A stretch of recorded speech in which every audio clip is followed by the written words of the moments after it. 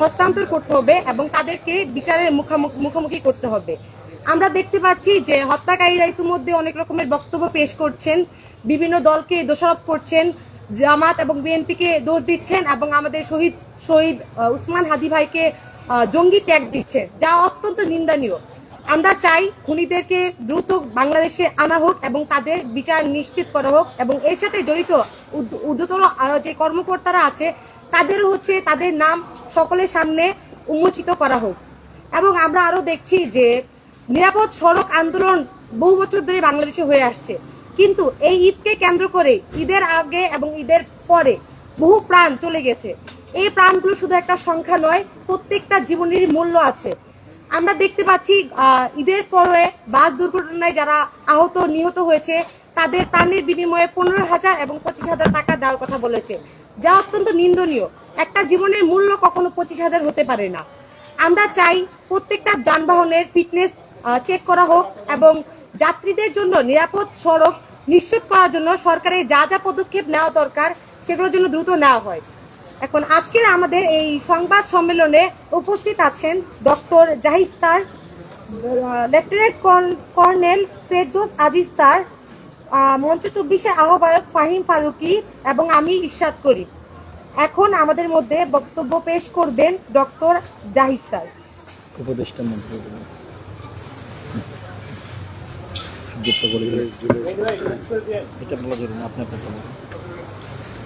ধন্যবাদ সবাইকে আজকে মঞ্চ 24-এর এই সংবাদ সম্মেলনে উপস্থিত থাকার জন্য। এবং আমরা মনে করি যে শহীদ শরীফ ওসমান হাদি তার বিচার প্রক্রিয়াকে ত্বরান্বিত করার জন্য আজকের এই সংবাদ সম্মেলন গুরুত্বপূর্ণ ভূমিকা পালন করবে।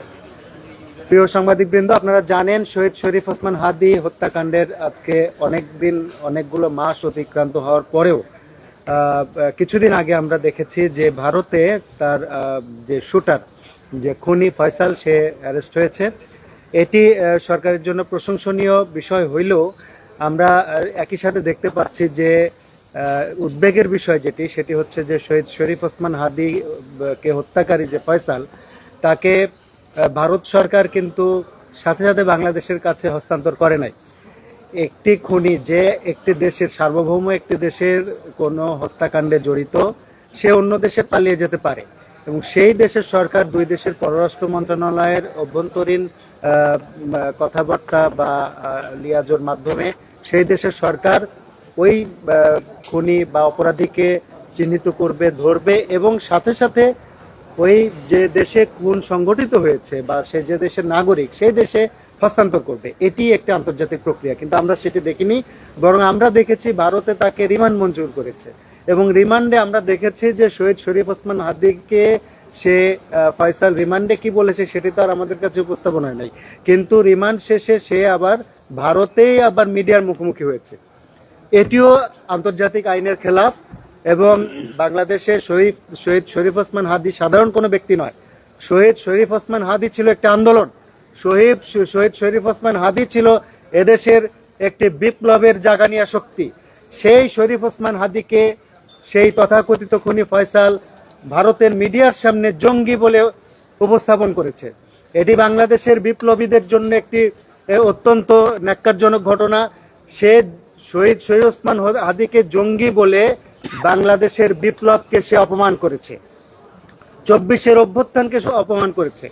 এবং একই সাথে আমরা দেখেছি যে ভারতের পুলিশ তাদের শেখানো স্ক্রিপ্ট অনুযায়ী ফয়সাল স্বীকারোক্তি দিয়েছে বিএনপি এবং জামাত এই খুনের সাথে দায়ী, সে দায়ী না। আমরা বলতে চাই যে একটি দেশে অপরাধী গ্রেপ্তার হলো, তাদের স্ক্রিপ্ট অনুযায়ী ফয়সাল বলে দিল দুইটা রাজনৈতিক দলের কথা, কিন্তু এদেশে বিপ্লব এই ফ্যাসিস্ট শেখ হাসিনার বিরুদ্ধে 24-এর বিপ্লবে কিন্তু বিএনপি, জামাত, ছাত্র জনতা সহ আপামর জনতার একটা সরব উপস্থিতি ছিল। সেখানে শহীদ শরীফ ওসমান হাদি গুরুত্বপূর্ণ ভূমিকা পালন করেছেন। শহীদ শরীফ ওসমান হাদি ইনকিলাব মঞ্চের মাধ্যমে বাংলাদেশে ভারতীয় আধিপত্যবাদ সংস্কৃতির বিরুদ্ধে, সাংস্কৃতিক অঙ্গনে ভারতীয় আধিপত্যবাদের বিরুদ্ধে শহীদ শরীফ ওসমান হাদি একটি আন্দোলন গড়ে তুলেছিলেন, যেটি ভারতের কাছে সহ্য হয় নাই। এজন্য আমরা বলতে চাই যে সরকারের কাছে আমরা অনুরোধ করব যে আর কোনো টালবাহানা না করে অনতিবিলম্বে পররাষ্ট্র মন্ত্রণালয়ের মাধ্যমে ভারতের পররাষ্ট্র মন্ত্রণালয়ের সাথে এই যে খুনি ফয়সাল যে ওখানে অ্যারেস্ট হয়েছে তাকে অনতিবিলম্বে একটি চুক্তির মাধ্যমে দ্রুত বাংলাদেশের বর্ডার পাস করে বাংলাদেশের সরকারের কাছে, বাংলাদেশের প্রশাসনের কাছে, পুলিশের কাছে হস্তান্তর করে দেওয়া হোক এবং এই ফয়সালের বিচার বাংলাদেশের মাটিতে হবে। বাংলাদেশের মাটিতে শহীদ শরীফ ওসমান হাদী হত্যার বিচারের মাধ্যমে আমরা প্রমাণ করে দিব যে দেশের বিপ্লবীরা জেগে আছে, এদেশের বিপ্লবীরা কোনো অন্যায় সহ্য করবে না। ধন্যবাদ সবাইকে। এই মুহূর্তে আমাদের মধ্যে বক্তব্য পেশ করবেন lieutenant colonel Ferdous Aziz sir, উপদেষ্টা মঞ্চ 24। বিসমিল্লাহির রহমানির রহিম। সাংবাদিক ভাইদেরকে সালাম, আসসালামু আলাইকুম। শহীদ হাদী শরীফ ওসমান হাদী একটি আন্দোলনের নাম। আধিপত্যবাদ বিরোধী শক্তির প্রতীক। হাদীকে হত্যা করা হয়েছে ঠিক তফসিল ঘোষণার একদিন পরেই, এবং সেটা ইন্টারিম গভর্নমেন্টের সময়। বর্তমান সরকার এই হত্যাকাণ্ডের জন্য দায়ী না, বাট অবশ্যই এই সরকারের দায় দায়িত্ব আছে তাকে বিচারের আওতায় আনা, আইনের আওতায় আনা। ইন্টারিম গভর্নমেন্টের সময় আমরা অনেক দোষারোপ করেছি, তাকে ধরতে পারে নাই হাদীর হত্যাকারীকে, এবং বিভিন্ন মহল থেকে বিভিন্ন নাটক ছড়ানো হয়েছে 6 ঘন্টার মধ্যেই নাকি সে বর্ডার পার হয়ে গেছে। আসলে সে যায়নি, সে দেশেই হয়তো ছিল। পরবর্তীতে সুইটেবল কোনো সময়ে সে হয়তো ওই পারে চলে গেছে, বা কেউ তাকে ওই পারে পাঠিয়ে দিয়েছে। আমরা দেখেছি 47 সাল থেকেই ভারত, যে ভারতকে আমরা আধিপত্যবাদ ভেঙে দিয়েছি এই জুলাই আন্দোলনের মাধ্যমে, আমাদের দুধের বাচ্চারা আন্দোলন করে আপামর জনতাকে সাথে নিয়ে সেই আধিপত্যবাদ শক্তি অর্থাৎ ভারত থেমে নেই। 47 সাল থেকেই দেশ বিভাগের পর থেকেই তারা আবার চেয়েছে এই পূর্ব বাংলাকে কিভাবে এক করা যায়, তাদের পররাজ্য বানানো যায়। স্বাধীনতা আমরা 71 সালে পেয়েছি, কিন্তু জনমানুষের অর্থনৈতিক মুক্তি, সামাজিক মুক্তি, মানবতা, এগুলো কিছুই সাধারণ মানুষ পায়নি। যুগে যুগে যে রাজনৈতিক দলগুলো এসেছে তারা ফায়দা লুটেছে, একটা শ্রেণী সুবিধা ভোগ করেছে, কিন্তু জনসাধারণের মুক্তি মেলেনি। শহীদ রাষ্ট্রপতি জিয়াউর রহমানের যে 4টা বছর ছিল, সেই 4 বছর ভারতের আধিপত্যবাদ থেকে আমরা মুক্ত থাকতে পেরেছি। এর আগে এবং পরে সব সময়, ইভেন 24 পর্যন্ত আমরা ভারতের দ্বারাই শাসিত হয়েছি বলা চলে। কারণ গত 16 বছর প্রশাসনের এবং রাষ্ট্রের সকল যন্ত্রাংশে এই ভারতীয় রয়্যাল এজেন্টরা, তাদের এদেশীয় দালালরা বসা ছিল, তাদের পারপাস সার্ভ করেছে। মানে ইভেন মিডিয়াও বাদ যায়নি। সব মিডিয়া নয়, কিছু কিছু দালাল মিডিয়া বললে আমার ভাইরা আবার মাইন্ড করবেন না, কারণ সবাই আমরা বাংলাদেশি, সবাই দেশপ্রেমিক। আমি জানি আপনারা কষ্ট করে এখানে, আমি জানি আপনারা কত কষ্ট করে কাজ করেন, কত হুমকির সম্মুখীন হন, আপনাদের স্বাধীনতাও নাই, সেটাও আমি জানি। প্রকাশে আপনি সত্যটা প্রকাশও করতে পারেন না, সেটাও জানি। বাট এই হাদী হত্যার বিচার হতেই হবে। প্রথম সার্বভৌমত্বের উপর আঘাত আসে বিডিআর হত্যাকাণ্ডের মাধ্যমে। এরপর গুম, খুন, শাপলা হত্যা, জুলাই হত্যা, সাগররুনি হত্যা, আরও অনেক সাংবাদিককে হত্যা করা হয়েছে যাদের নাম আমার এই মুহূর্তে মনে নাই, তনু হত্যা, বিভিন্ন সময়ে গুম, যা কিছু করা হয়েছে, আমরা সব কিছুর বিচার চাই। কারণ বিচারহীনতার সংস্কৃতি থেকে যদি আমরা দেশকে বের করে আনতে না পারি, তাহলে এগুলো চলতেই থাকবে। যারা ক্ষমতায় বসে তারা তাদের ক্ষমতা ভোগ করার নিয়তেই পাগল থাকে, সময় পার করে 5টা বছর। জনমানুষের দিকে তাকানোর আর তাদের সময় নাই। ভোটের আগে এসে পা ধরে, হাত ধরে, কোলাকুলি করে, মা, চাচা, বাবা সবকিছু বলে, কিন্তু ভোটের পর থেকে আর বদলে যায়। এই জুলাই বিপ্লবের মাধ্যমেই কিন্তু আমরা আধিপত্যবাদ বিরোধী শক্তিকে হটিয়ে দিয়েছি, ফ্যাসিস্ট হাসিনাকে হটিয়ে দিয়েছি, ইন্টারিম গভর্নমেন্টকে 1.5 বছর টাইম দিয়েছি। নির্বাচন হলো, নির্বাচন যাই হোক না কেন ফলাফল মানুষ মেনে নিয়েছে, বিরোধী দল মেনে নিয়েছে। আমরা চাই এই সরকার সামনের দিকে আগাবে, দেশটাকে সকল ভেদাভেদ ভুলে সামনের দিকে এগিয়ে নিয়ে যাবে, জনমানুষের ভাগ্যের উন্নয়ন হবে, দেশের উন্নয়ন হবে, আমাদের সার্বভৌমত্ব বজায় থাকবে। আর কোনোদিন ভারতের কোলে বা অন্য কোনো রাষ্ট্রের কোলে বসা যাবে না, সেই আশাতেই কিন্তু আমরা আধিপত্যবাদ শক্তিকে ভেঙে দিয়েছি। কিন্তু দুঃখের বিষয়, আমরা দালাল মুক্ত হতে পারিনি। এদেশের দালালরা আবার ভারতের কোলে গিয়ে বসেছে। আমি জনাব Tarique Rahman, mister prime minister of Bangladesh, আপনাকে বলবো, আপনার দলে যে চাটুকারগুলো আছে, যে ভারতীয় দালালগুলো আছে, এরা আপনাকে ডুবাবে। আপনি সাবধান হন। আপনি দেশপ্রেমিক, আপনি শহীদ রাষ্ট্রপতি জিয়াউর রহমানের সন্তান, আপনি আপসহীন নেত্রী ম্যাডাম খালেদা জিয়ার সন্তান, আপনি তাদের আদর্শ ধারণ করেন, আমি জানি। কিন্তু আপনার চারপাশে এত জঞ্জাল, এগুলার কারণে আপনার অসুবিধা হচ্ছে বা হবে সামনে। আমি আপনাকে ভালোভাবে বলতে চাই, বিনয়ের সাথে বলতে চাই, আপনি সাবধান হন। আমরা এই 1 মাসেই কিন্তু অনেক কিছু উল্টাপাল্টা দেখতে পাচ্ছি প্রশাসনে, রাজনৈতিক ক্ষেত্রে, দ্রব্যমূল্য, তেল, হত্যাকাণ্ড, অনেক কিছু। এত বিস্তৃতি বলার সময় হবে না, বাট আপনি নিজে জানেন, আপনি প্রধানমন্ত্রীর চেয়ারে বসা, আপনি সবই বোঝেন, জানেন, দেখছেন, আমাদের চেয়ে ভালোভাবে দেখছেন। আমি একজন আম পাবলিক, একজন নাগরিক হিসেবে এটুকুই বলবো যে আপনি সাবধান হন এবং আপনি দেশের জনগণকে নিয়ে সামনের দিকে আগান। ভারতীয় দালালরা আপনাকে রক্ষা করবে না, তারা সবার আগে আপনাকে ছেড়ে পালাবে। তারা মধু খেতে এসেছে, তারা সবার আগে আপনাকে ছেড়ে পালাবে বিপদে ফেলে দিয়ে।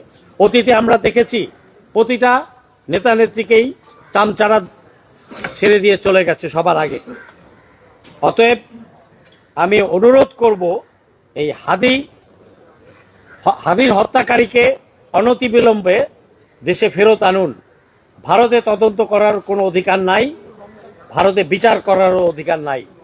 Place of occurrence Dhaka, Bangladesh.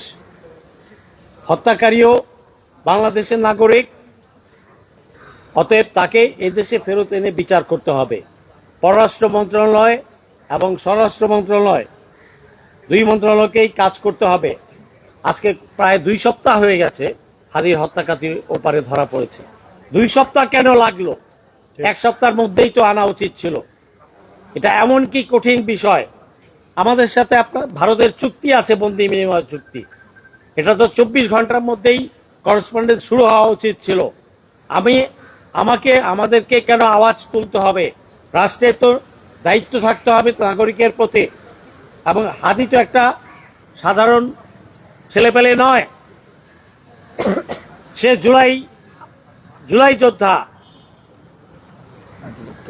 আধিপত্যবাদ বিরোধী শক্তি, সে একটা আইকন। যুগে যুগে আমরা দেখেছি যারাই মাথা উঁচু করে কথা বলেছে তাদেরকে খেয়ে দিয়েছে এই ভারতের প্ররোচনায়, প্রেসক্রিপশনে এদেশীয় দালালরা।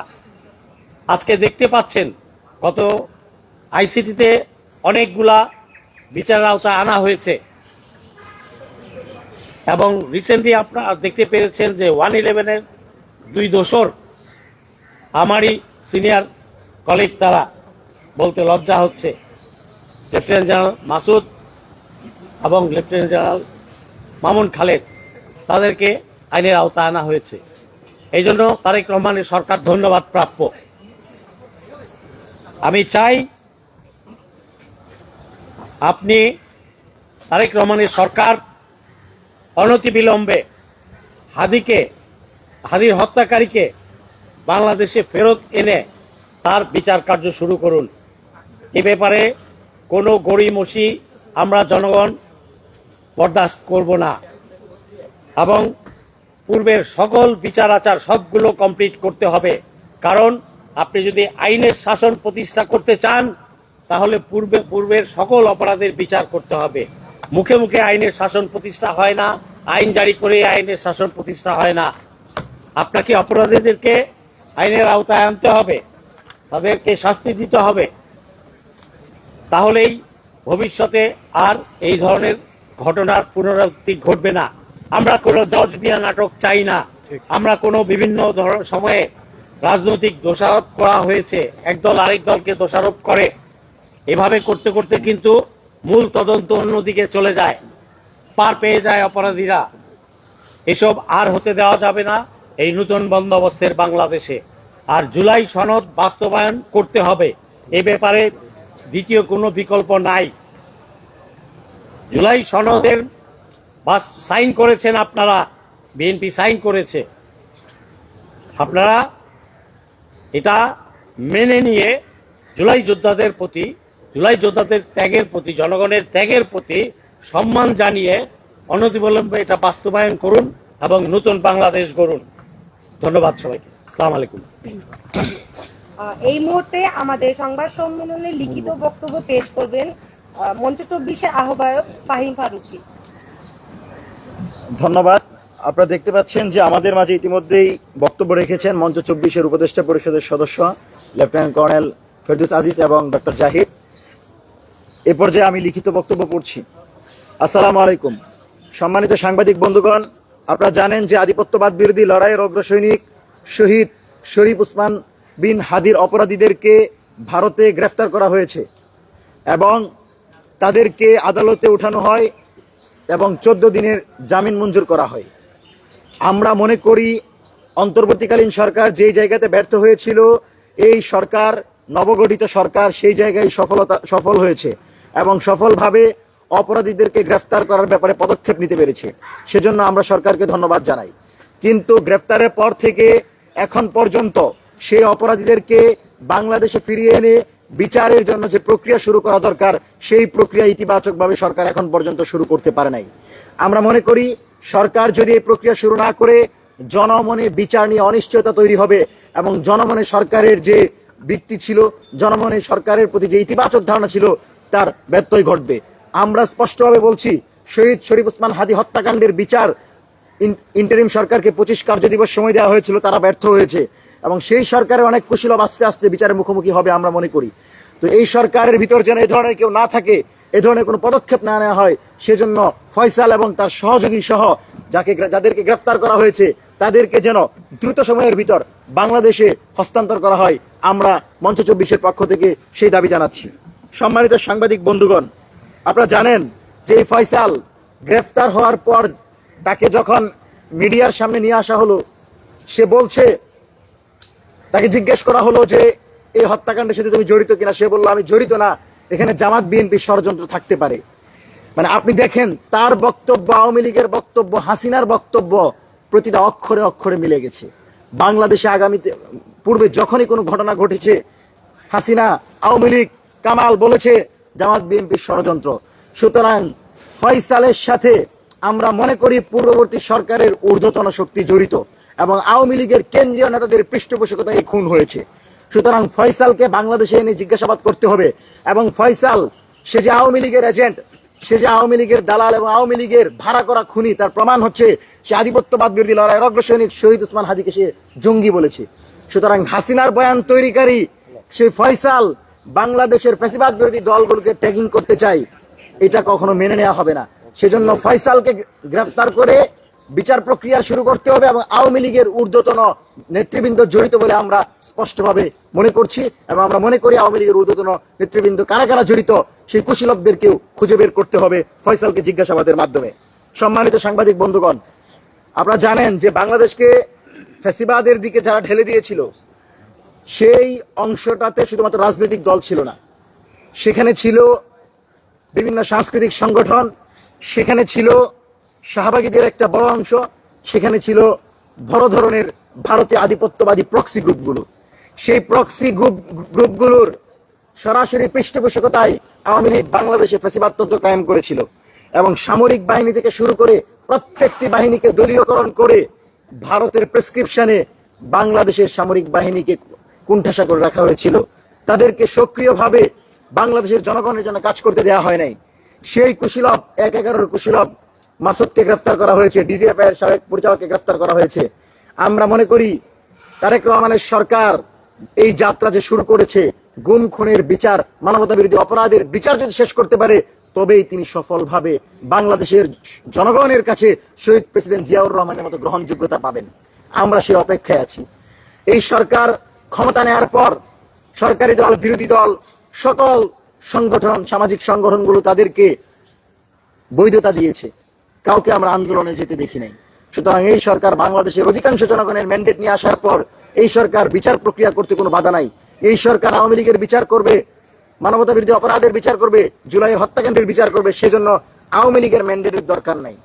এই সরকারকে ক্ষমতায় যারা বসিয়েছে তাদের ম্যান্ডেট নিয়ে এই সরকার যেন দ্রুত সময়ের ভিতর গুম খুন, মানবতা বিরোধী অপরাধের বিচার করে, জুলাইতে সকল হত্যাকাণ্ড হয়েছে সেই বিচার করে। এই সরকারের ভিতরেও তো আমরা ভারতীয় গুপ্তচরদের দেখতে পাই। আমরা দেখেছি সংসদীয় কমিটির বৈঠকে তারা যে আন্দোলনের মাধ্যমে আজকের এই সংসদে গেল, শিলং থেকে এসে যারা আজকে সংসদে ঢুকে গেল, সেই ভাইয়েরা এখন জুলাই সনদের অধ্যাদেশ বাতিল করতে চায়।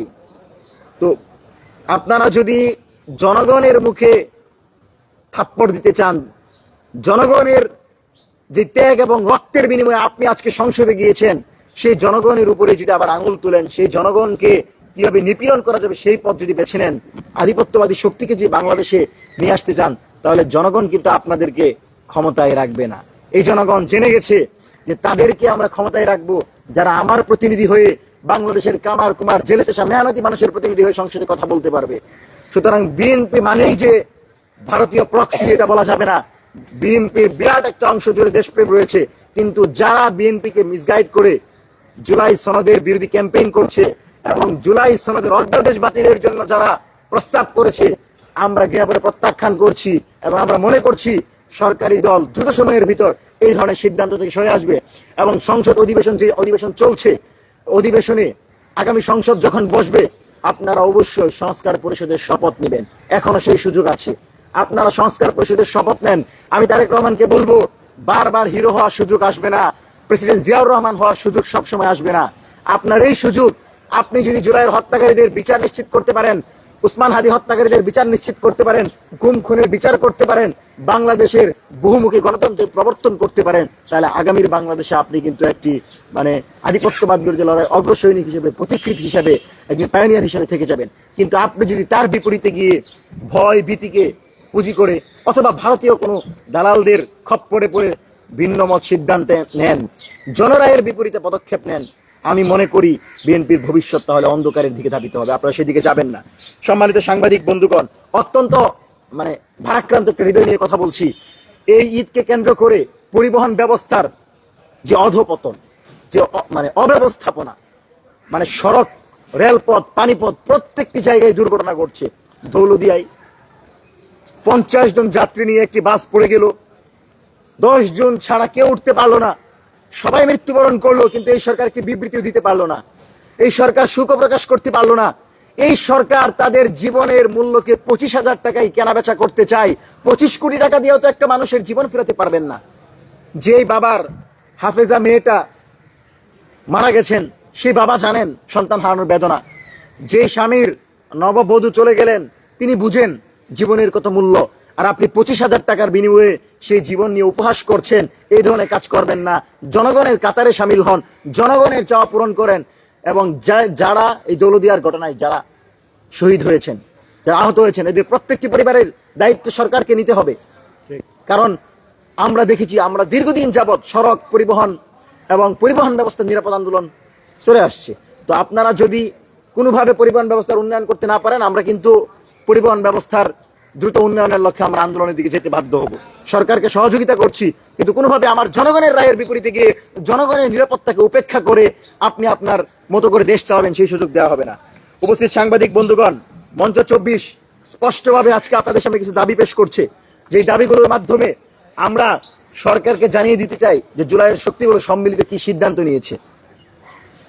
আমরা আরেকটি বিষয় অ্যাড্রেস করি, তেলের কি অবস্থা। মন্ত্রীদের পর্যায় থেকে বলা হচ্ছে তেলের কোনো সংকট নেই, আমাকে বলেন আমি তেল ব্যবস্থা করে দিব, অথচ আপনি যদি পাম্প দেখেন গাজীপুর থেকে শুরু করে শাহবাগ পর্যন্ত যদি লক্ষ্য করেন, লাইনে গাড়ি দাঁড়িয়ে আছে 2 কিলোমিটার 5 কিলোমিটার, শুধু মানে গাড়ি দাঁড়িয়ে আছে, তাদের তেল নাই। এবং যতটুকু জানতে পেরেছি তেল মজুদ আছে, কিন্তু প্রশাসনের উদাসীনতার কারণে নারায়ণগঞ্জ থেকে যখন তেল নিয়ে আসা হয় মাঝপথে অর্ধেক তেল সেই পাম্পের মালিকগুলো নামিয়ে ফেলে। তারা একটা সিন্ডিকেট তৈরি করছে। তো আপনারা তো সেই জবাবদিহিতা করতে পারছেন না। সেজন্য সরকারকে বলবো, সরকারকে বসানোই হয় জনগণের নিরাপত্তার জন্য, জনগণের অধিকারের জন্য, জনগণ যেন খাদ্য, বস্ত্র, বাসস্থান, শিক্ষা, চিকিৎসা পায়। তো এগুলো যদি নিশ্চিত করতে না পারেন তাহলে ক্ষমতায় আপনাদেরকে বসিয়ে তো কোনো লাভ নাই।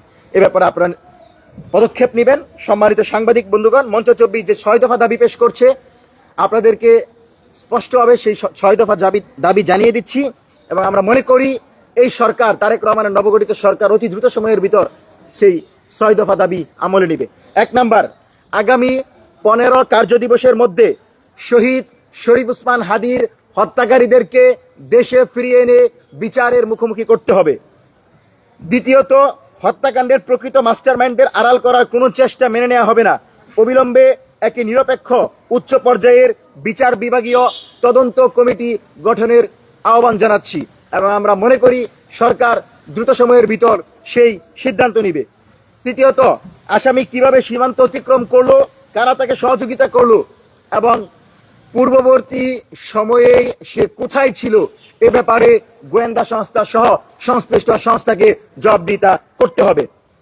চতুর্থত, ভারতের ইউএপিএ আইনের কারণে বিচার প্রক্রিয়া বিলম্বিত যেন না হয় সেজন্য একটি বিশেষজ্ঞ আইনি সেল এবং বিশেষজ্ঞ টিমকে দ্রুত সময়ের ভিতর ভারতে পাঠানোর দাবি জানাচ্ছি।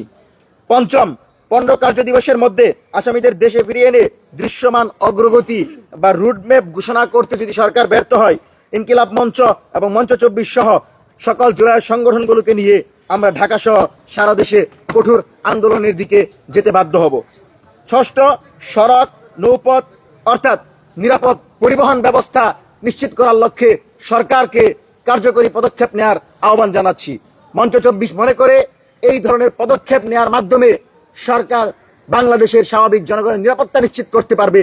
এবং এর বাহিরে গিয়ে যদি সরকার জনরায়ের বিপরীতে, জনগণের মতামতের বিপরীতে, জুলাইয়ের নেতৃবৃন্দের নিরাপত্তা দেওয়ার বিপরীতে গিয়ে একটি আধিপত্যবাদী শক্তির প্রশ্রয়ে বাংলাদেশকে কোনো নতুন দিকে ধাবিত করতে চাই, জনগণকে সাথে নিয়ে আমরা সেটা প্রতিরোধ করব।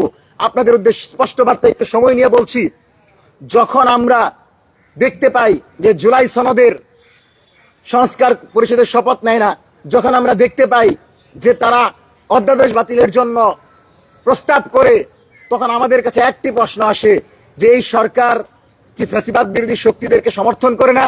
এই সরকারকে হাজার হাজার শহীদদেরকে সমর্থন করে না? এই সরকারকে মনে রাখে না যে ওয়াসিমের মতো তরুণ ছাত্রদলের সেই কর্মীর রক্তের বিনিময়ে তারা আজকে ক্ষমতায় বসেছে? এই সরকারকে মনে রাখে না যে আবু সাঈদের রক্তের বিনিময়ে তারা আজকে সংসদে কথা বলতে পেরেছে?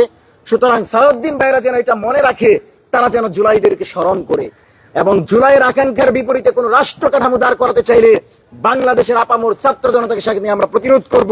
প্রতিরোধ হবে আওয়ামী লীগের ক্ষেত্রে প্রতিশোধ হবে এবং বাংলাদেশের রাজনীতিতে আওয়ামী লীগ যেন কোনোভাবে সামনে রাজনীতি করতে পারে না, সেই দাবি জানিয়ে মঞ্চ 24-এর আজকের এই সংবাদ সম্মেলন এখানে সমাপ্ত করছি। ধন্যবাদ সবাইকে। আসসালামু আলাইকুম।